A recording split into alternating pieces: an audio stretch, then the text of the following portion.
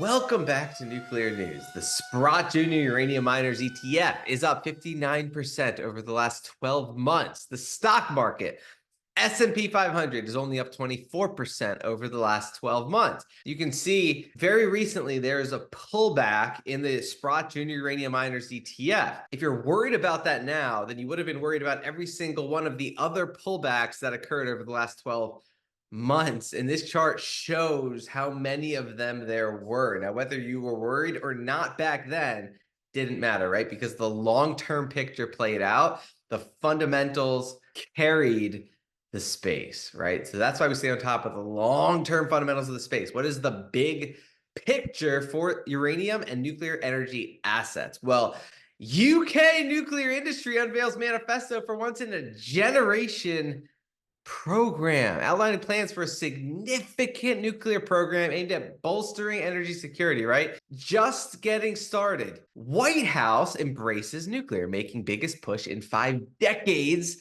for clean atomic power, right? We have the UK, we have the White House investing, again, heavily into nuclear. What does that mean for uranium demand?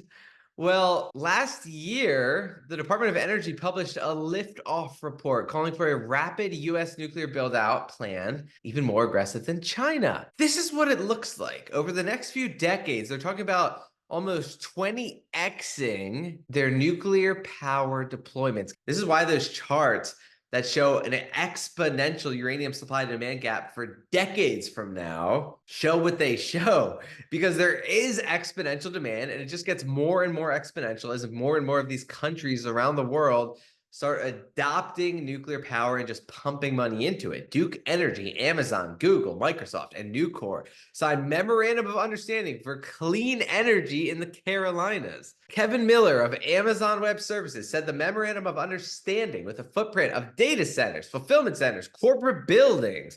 We're excited to collaborate with Duke Energy to find new solutions that can help us achieve our climate pledge to be net zero carbon by 2040. So what does that look like? Well, dubbed accelerating clean energy tariffs, these would help the companies to support carbon-free energy generation investments through financing infrastructures that lower the cost of emerging technologies such as nuclear power and long-duration storage, right? So what we see is governments rolling out the red carpet. We see companies committing to investing heavily into nuclear power. Duke Energy is a big nuclear power plant operator. So again, these are the biggest players on the planet investing in nuclear with multi-decade plans to boost nuclear power.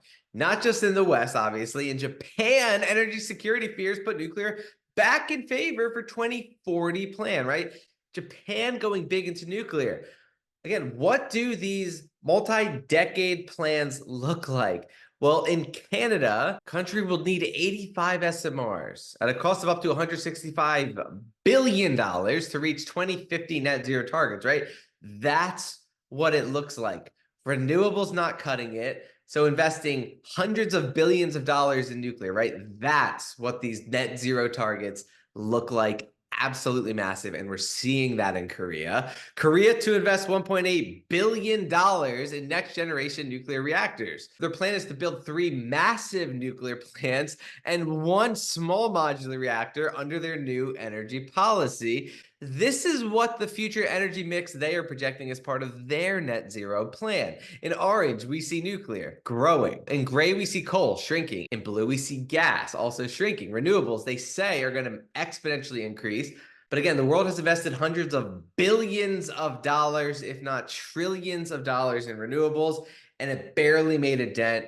This looks aggressive. So realistically, the orange increases, the red decreases. In 2038, it's happening all over the world. Even hydroelectricity paradise Norway is interested in nuclear energy. Even sunny California is extending the life of nuclear plants, right? So even the areas that are well suited for renewables are investing in nuclear energy. So that's exponential demand growth, all at a time when the supply is getting scarcer and scarcer. This is Yellowcake PLC. Pleased to announce that on June 3, 2024, it took delivery of 1.5 million pounds of uranium. They spent $100 million at $65 per pound. And currently they have 22 million pounds of uranium in storage, right?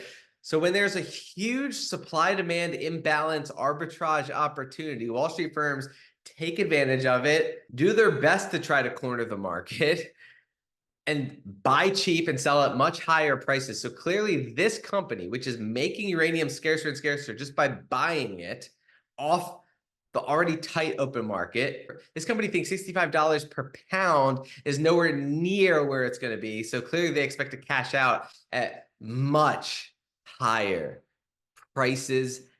Absolutely massive for this space. Russia will build Central Asia's first nuclear power plant in an agreement with Uzbekistan. We're just getting started with the massive growth over in Asia. I have an interview coming out with John Polemy in which he talks about the huge growth in Asia and the potential opportunity. And so clearly nuclear power is going to be a big part of what they're doing over there, just like it's a big part of what we're doing in the West. And so uranium mines are set up to do extremely well in the next few years. Energy Fuels eyes 5 million pounds of uranium per year run rate in coming years, right? Again, it takes years for this all to play out. It's a multi-decade story of scarce supply. Mines that can actually produce are going to take advantage of it. So we're going to stay on top of this space and the long-term picture, because again, that is what matters.